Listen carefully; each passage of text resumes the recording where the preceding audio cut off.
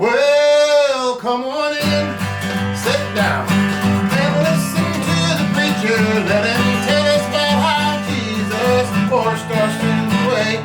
Come on in, sit down, and get that Sunday feeling. Let us all come together as we bow our head to pray.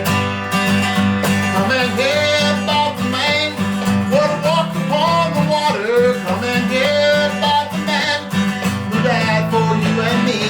Come and hear about the man who fed multitudes of people. Let's all fall down before him as we bow our head to pray. Or shall we gather at the river? Let us thank him for one rainy day. For he is the rock of the ages. He's the truth, the light, and the way. So come on in, sit down, and listen to the preacher. Let him tell us about how Jesus done washed our sins away. Come on in, sit down, and get that Sunday feeling. Let us all come together as we bow our head to pray. Hey, let us all come together as we bow our head to pray. Hey! Hello out there, friends and neighbors, and welcome to Narrow Trail Cowboy Church.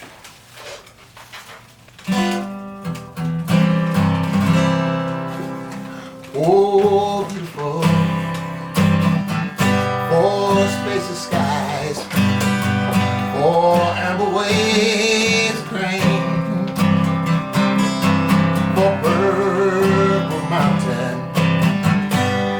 majesty,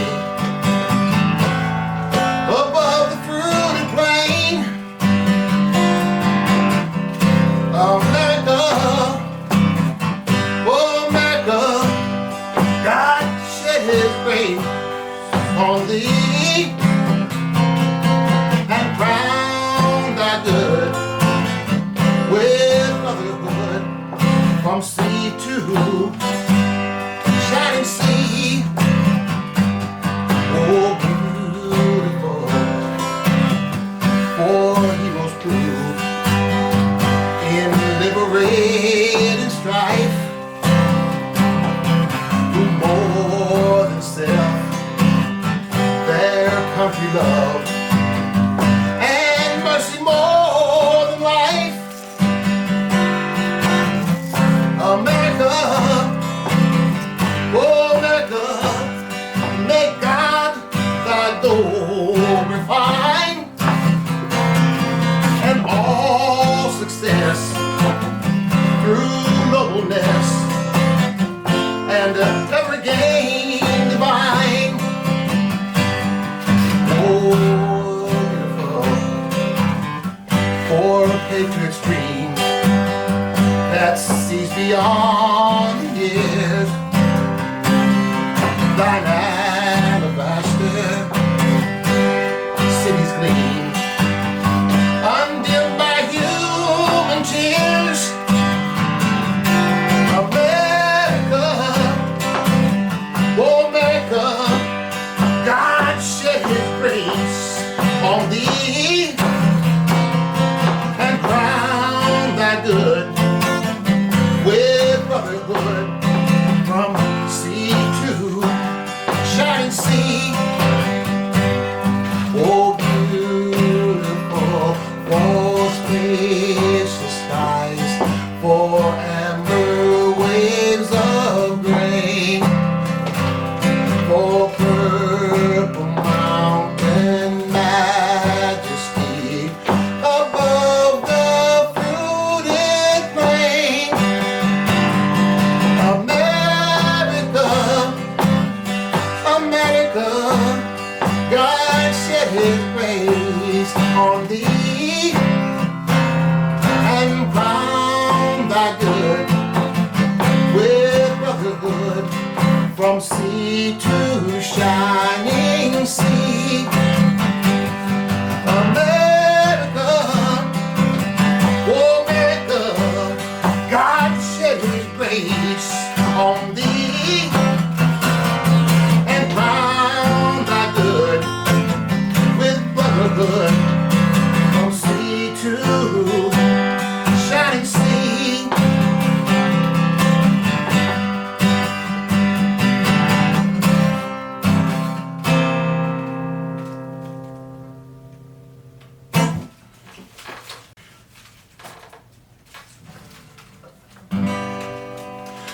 Mine eyes have seen the glory of the coming of the Lord.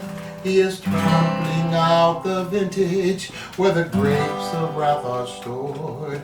He has loosed the fateful lightning of his terrible swift sword.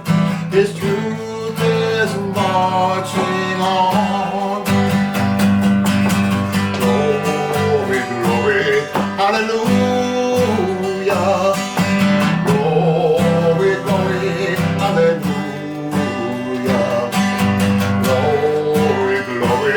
Hallelujah, His truth is marching on. I have seen Him in the watchfires of 100 circling camps.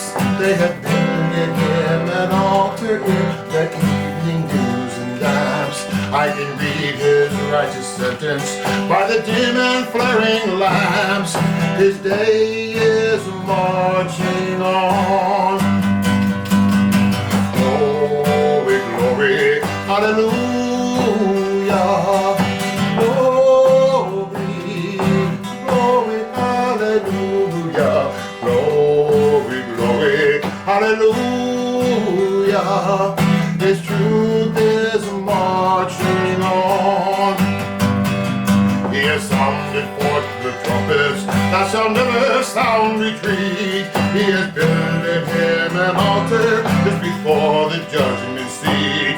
Oh, be swift my soul to answer Him, be jubilant my feet. Our God is marching on. Glory, glory, hallelujah.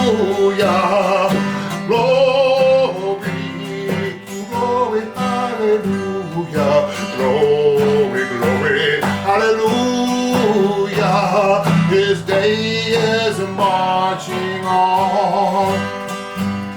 In the beauty of the lilies, Christ was born across the sea, with the glory in His bosom that transfigures you and me. As He died to make men holy, let us live to make men free, while God is marching on. Glory, glory, hallelujah. Glory, glory, hallelujah. Glory, glory, hallelujah. His truth is marching on. His truth is marching on.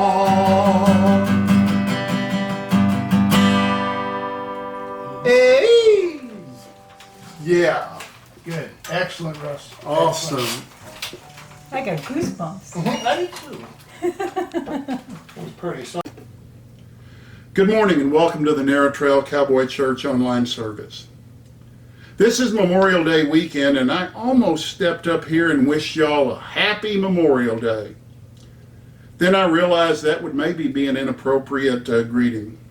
You see, Memorial Day is the day where we should once a year be thankful for all the men and women, or should I say soldiers, sailors, and airmen, who gave it all so that we can celebrate who we are as a country. In the past 245 years, more than 1.2 million of those soldiers, sailors, and airmen have died in wars fighting for you and me. My son Michael, who served in the Coast Guard, is fond of saying, when you put your head on your pillow tonight and pull that blanket of freedom up snug around you, be thankful that American soldiers and sailors have fought and died for that freedom. I asked Brad if I could do a reading for this Memorial Day sermon, and I decided to do it out of my father-in-law, Major B.T. Johnson's Bible.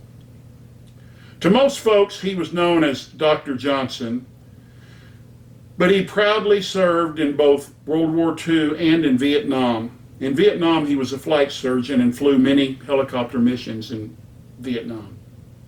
But you would have never looked at Dr. Johnson and thought of him as a man of valor. But his bravery and love for his country made me think of Judges chapter 6, and I asked Brad if I could read that today. And I decided that what I would really like to do is read Judges chapter 6 out of my father-in-law's Bible, my father-in-law's well-worn Bible. Judges chapter 6 starts off the same way that a lot of stories in the Old Testament start off, as sort of a common theme, and you'll catch it right here. Judges chapter 6, verse 1. And the children of Israel did evil in the sight of the Lord. And the Lord delivered them unto the hand of the Midian 7 years. And the hand of Midian prevailed against Israel, and because of the Midianites, the children of Israel made them dens, which are in the mountains and the caves and the strongholds. For they came up with their cattle and their tents, and they came as grasshoppers for multitudes. For both they and their camels were without number, and they entered into the land to destroy it. And here another common theme in Old Testament story. Verse 6. And the children of Israel cried unto the Lord. And now we meet Gideon in verse 11. And there came an angel of the Lord and sat under an oak, which was in Ophrah, that pertained unto Joash the Abiezrite. And his son Gideon threshed wheat in the winepress to hide it from the Midianites. You see, things were so bad that all the children of Israel are hiding in caves and holes. And in this case, Gideon and his family are starving to death. And to try to thresh some wheat so they can make a few loaves of bread, Gideon has to hide in a winepress, the lowest part. So the angel of the, verse 12, and the angel of the Lord appeared unto him and said unto him, the Lord is with thee, mighty man of valor. And by the way, the angel of the Lord here is a pre-incarnate visit of the second person of the Trinity to Gideon to bring, basically to bring salvation to the Israelites in the same way that Jesus would bring salvation to the whole world. So, the angel of the Lord appeared unto him and said unto him, the Lord is with thee, O mighty man of valor. And I can just see Gideon now going, mighty man of valor? I'm hiding in a cave. I'm threshing wheat down in a hole to try to get enough to eat so my family won't starve to death. And the Lord looked upon him and said, go in this thy might, and thou shalt save Israel from the hand of the Midianites. Have I not sent thee? You see, Gideon saw himself as a coward. He says later on here, he says, I'm the least of my family, and my family is the least family of Manasseh, of the tribe of Manasseh. I'm nothing. And God looks at Gideon and sees much more. And the Lord said unto him, surely I will be with thee, and thou shalt smite the Midianites as one man. You see, in his weakness, in his cowardice, Gideon looked at himself and said, I'm nothing. But God looked at him as a man who, because God was with him, could be the mighty man of valor that saved Israel.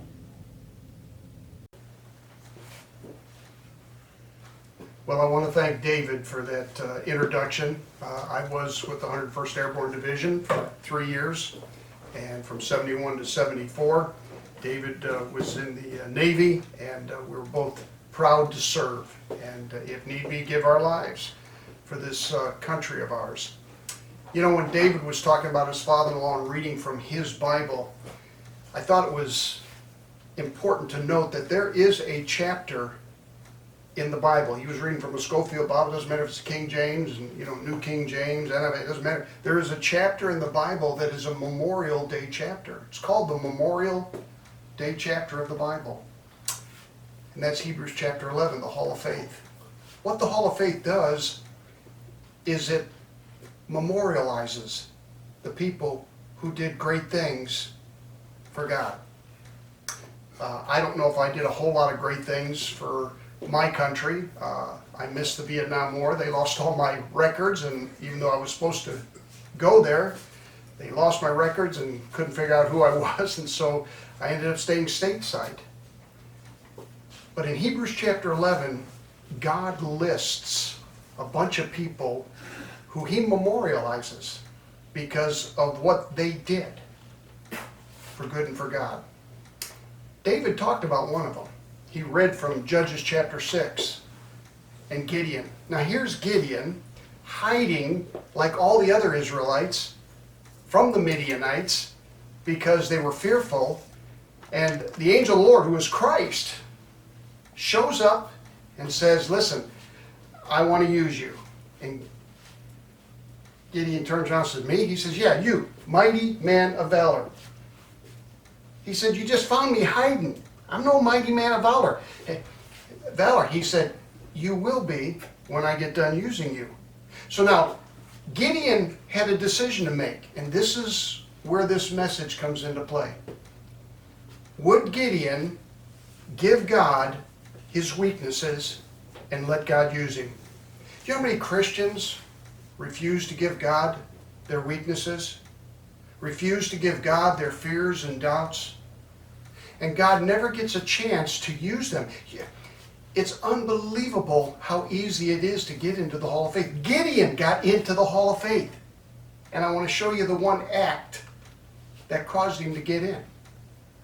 Hebrews 11, 32 through 34, the author of Hebrews says this. He says, and what shall I say more, for the time would fail me to tell of Gideon, there he is, Barak, another one of the judges, Samson, prophet Jephthah, David, king, Samuel, another prophet, and of all the prophets who through faith, or acts of faith, subdued kingdoms, like Joshua did in the book of Joshua, wrought righteousness like David did in 2 Samuel 8.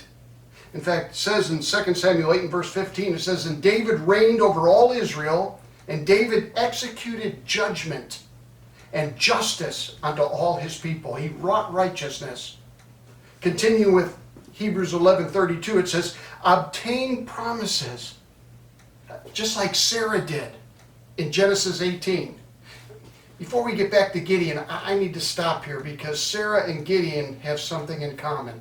You say, what is it? Well, let me read the story here and see if you can catch the commonality, if you would, of the passages and the persons.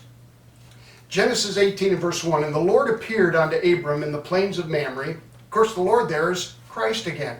Shows up to Judges, in the book of Judges, to Gideon. Shows up to David in the winepress. Shows up to Abraham here in the plains of Mamre. It says, and he lifted up his eyes and looked, and lo, 3 men. So the Lord had a couple angels with him. It says, stood by the Lord, and when he saw them, when Abraham saw the 3 of them, he ran to meet them from the tent door and bowed himself toward the ground. And the reason he bowed himself, he wasn't bowing himself toward the 3 of them, he was bowing himself toward one of the 3, the Lord himself. The other 2 were just angels. Angels don't want worship. And said, my Lord, if now I have found favor in thy sight, pass not away, I pray thee, from thy servant. Stick around a little while. Let a little water, I pray you, be fetched, and wash your feet, and rest yourselves under the tree. Now catch this. Abraham says, I'll fetch a morsel of bread, and comfort your hearts. After that ye shall pass on, for therefore are ye come to your servant. And they said, so do, as thou hast said. Now, in our minds, as we read this passage, it seems like it just took a few moments to do this. Are you kidding me? Abraham had to have the food cooked, had it killed and then cleaned and then cooked. I mean, this took hours when the Lord showed up. Hours. And the Lord said, that's okay. I'll spend as much time with you as you need me to. I have something important to tell you, Abraham. If you want to eat first, we can eat first. No problem. But I have something to tell you. And so after hours of fellowshipping, then the Lord gives him what he came for. He said this, he said, Abraham hastened into the tent unto his wife Sarah and said, make ready quickly 3 measures of fine meal, knead it and make cakes upon the hearth. Now, she's 89 years old here. Or 88. He's 98. And he's saying, woman, get with it. We got the Lord and 2 angels, and we need to get all this taken care of for him. And Abraham ran into the herd and fetched a calf tender and good and gave it to a young man, and he hasted to dress it. You see how long this would have took? And he took butter and milk and the calf which he had dressed and set it before them, meaning they were there for hours.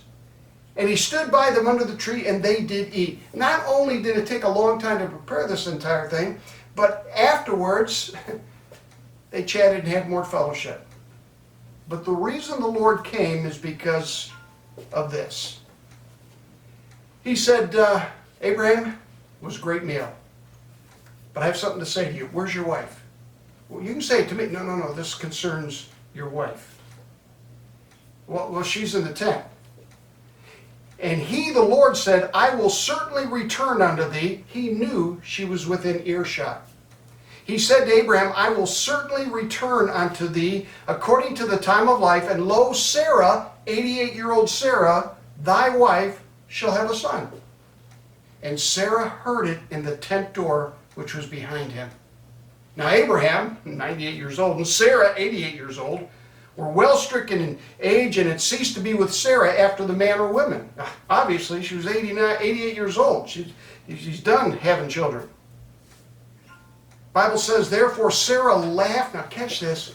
When she heard that the Lord told Abraham that she was going to have this promised child, she laughed. She didn't know the Lord heard her, but the Lord hears everything. And Sarah laughed within herself, saying, after I am waxed old, shall I have pleasure, my Lord being old also? And the Lord said unto Abraham, wherefore did Sarah laugh? She was talking to herself. And the Lord heard her laugh within herself. And the Lord said unto Abraham, wherefore did Sarah laugh, saying, shall I of a surety bear a child which am old? Is anything too hard for the Lord? At the appointed time I will return unto thee, he said to Abraham, knowing Sarah was within earshot of everything he was talking about, according to the time of life, and Sarah shall certainly have a son. Then Sarah, now watch this, then Sarah lies about it. Sarah denied, saying, hey, I didn't laugh, you did. How could you hear me? He said, I don't have to hear you. I know you. I'm God. I know your thoughts. When you laugh in your thoughts, I listen. She denied, saying, I laughed not, for she was afraid, fears. And he said, nay, you did laugh. This is the beauty of Sarah. Sarah's in the Memorial Day Hall of Faith. How did she get in there? Because she took her fears and her doubts. And when it came time, when the Lord and the 2 angels left, and Abraham went to his wife Sarah and said, listen, I know you're 88 years old here, and I'm 98, and it just doesn't seem like this is possible, but we need to have a kid. She took her fear. She took her doubts. She doubted what the Lord had said. And she says, you know what? I still don't believe it. But it doesn't matter what we believe. All that matters is what God believes. And God said, give me the last say, Sarah. Lay with Abraham. And watch the work of the Lord. Sarah took her doubts and her fears and handed them to the Lord. You say, how did she do that? by laying with Abraham. She said, I don't think this is going to work, but I will give the Lord the last say and do it anyway. I give him my doubts and all my fears. And we have Jesus, the Savior of the world, because of it. Because the son born to Sarah and Abraham was Isaac, and Isaac had Jacob, and Jacob had the 12 sons of Israel, and they go all the way down until the time of Christ. We have the Savior of the world because of a woman who took her doubts and fears and laid them at the feet of God and said, I'll let you have the last say. I still don't believe it. I mean, I've stopped being a woman for a long time now. And yet, it happened. Why? Because that's what God does. And when you give God the last say, that's why they call it the Hall of Faith chapter. Faith is just simply giving God the last say. All she did to get into the Hall of Faith is all Gideon did. Gave God his weakness. Gave God his doubts and his fears. Still didn't believe it, but just went along with the Lord anyway.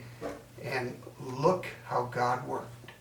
And they get into the Hall of Faith for that one act. One act.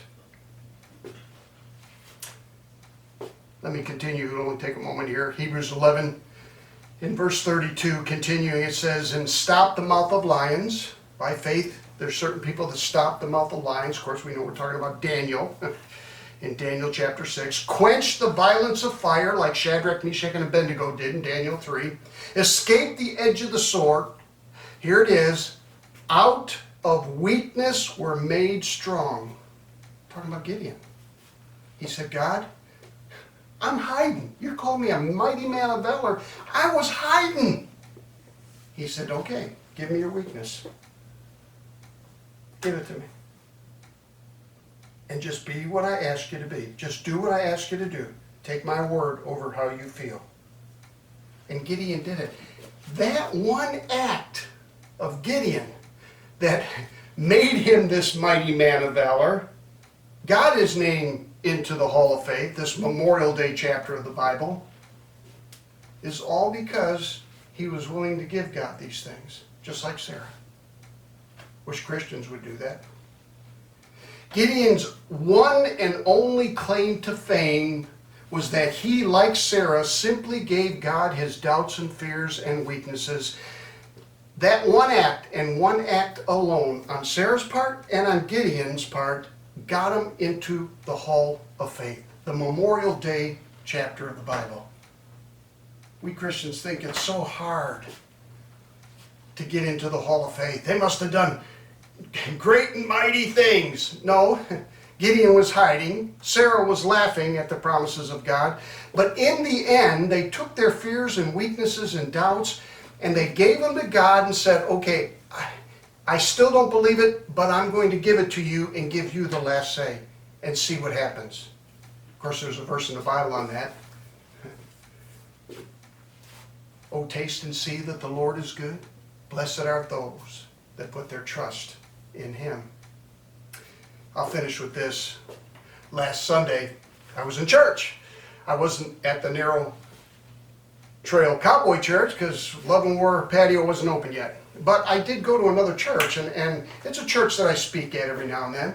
I didn't speak last Sunday, but the guy speaking brought a wonderful sermon. There was a lady there that morning who I had won to Christ probably 20-some years ago. And she'd been out of her race for a few years. She showed up that last Sunday morning. And the message that he gave was, get out of your comfort zone. Christians love their comfort zone. They just do what they want to do and that's it. They never leave it for fear, because it's a weakness, because there's a doubt. The most amazing thing took place after the sermon, and I knew in my heart as this guy was preaching that this lady that I won to Christ 20 years ago, I knew God was dealing with her. I didn't have to look at her, I knew it. And sure enough, when the invitation came, she ran to the altar. and she was just weeping profusely, something she probably needed to do a few years ago, but you know, God's patient with us. That sermon was just for her. Get out of your comfort zone and get back to doing what you need to be doing, no matter how many doubts and fears you have. What's interesting is during the invitation, we're all standing, and I'm watching this lady up there crying profusely. And there's another family, a mom and a dad and the two daughters, all up there kneeling and praying. And a little girl, probably 7 years old, she's there with her parents, and she notices this lady weeping profusely. And David, she gets up, leaves her family, and goes over, Jill, and puts her hand on this lady and says, "Can I pray for you?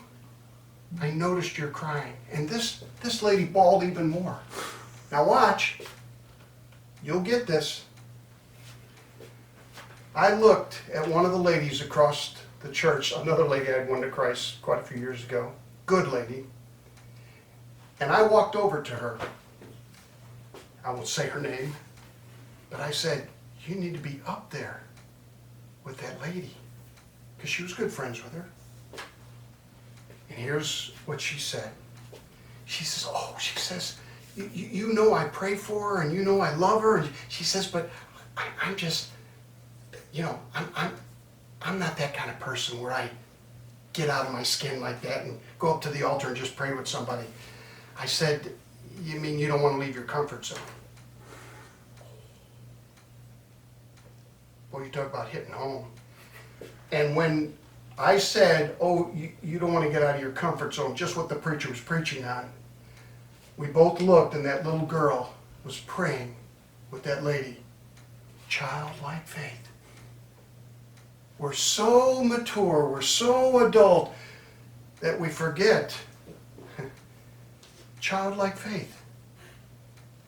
You don't worry about, I wonder if somebody's going to watch me while I'm praying with this lady. I wonder if somebody's going to notice, me up there.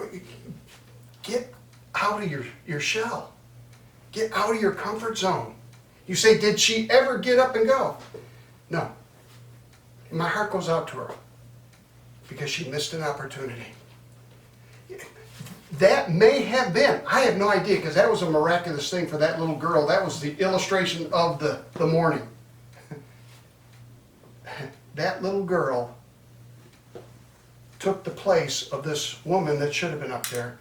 And this woman lost her opportunity to take her fears and her doubts and her weaknesses and say, you know what? I know it's the right thing to do. I just need to do it. Maybe that was her opportunity to get into the Hall of Faith when she gets to glory. I have no idea. But it was an opportunity. And you don't want to miss your opportunity. So I can't speak, It doesn't matter. Get out of your comfort zone. Go speak to somebody. Well, I can't serve. I'll just give. There's a lot of people that love to do that. They just give, but they never serve.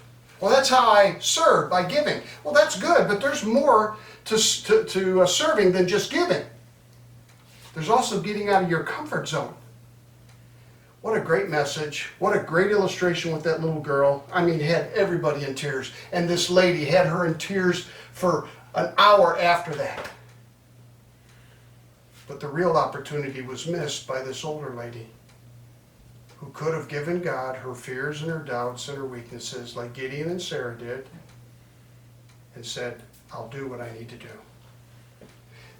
I challenge you. Find what's hard. Get out of your comfort zone and do it for good and for God. Maybe it's tithing. Maybe you don't tithe. Maybe it's hard. And you just need to start tithing. Get out of your comfort zone. Start tithing. Maybe it's learning how to be a witness. David doesn't have a problem with that, but other people might have a problem with that. And our problems may not be other people's problems. We all have Achilles heels. But don't let the Achilles heel stop you from getting into the Hall of Faith, that Memorial Day chapter in the Bible that tells us how people got there. Usually one act. One act of doing something, getting out of their comfort zone, and giving God what's His. I challenge you to give God what's His. Give Him the first moments of the morning, first day of the week, first 10% of what you make. And maybe that is what you need that to do in order to get into the Hall of Faith. Maybe that's what's hard for you. Get out of your comfort zone and let God be God in your life. Give Him the last say. Give Him your doubts, your fears, and your weaknesses, and watch Him work. Let's pray. Father, thank you for Memorial Day, which memorializes all the men and women who have bled and died for this country. And Lord, we're grateful we have a day where we can think about that. But Lord, you have a day too, and it's called the Judgment Seat of Christ. And you can't wait to bring Sarah in front of everybody, or Gideon, or David. And these are men and women that weren't perfect at all. They were doubters. They were people who feared. They had unbelievable weaknesses, but they gave them to you, and that's the one act that got them into the Hall of Faith. May we give God all our doubts and fears and weaknesses and give Him what's His. In Christ's name, amen.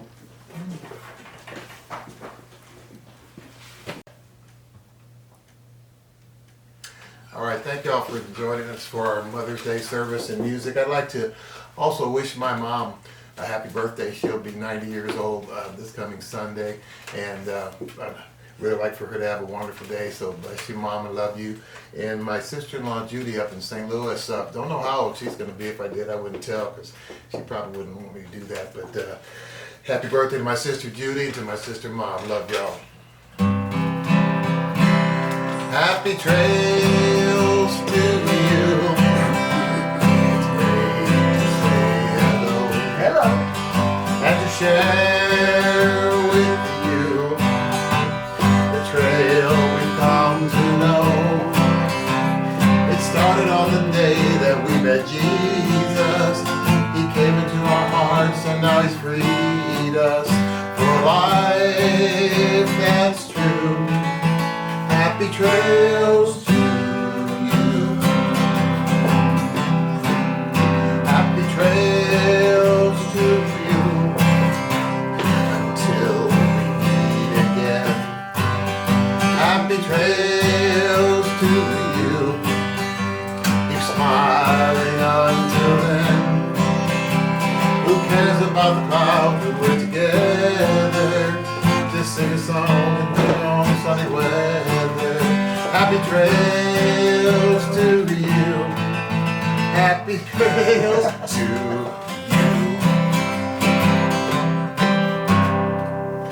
So thank y'all for joining us for our Memorial Day service, and we'll see you next week if the good Lord's willing and the creek don't rise. Amen.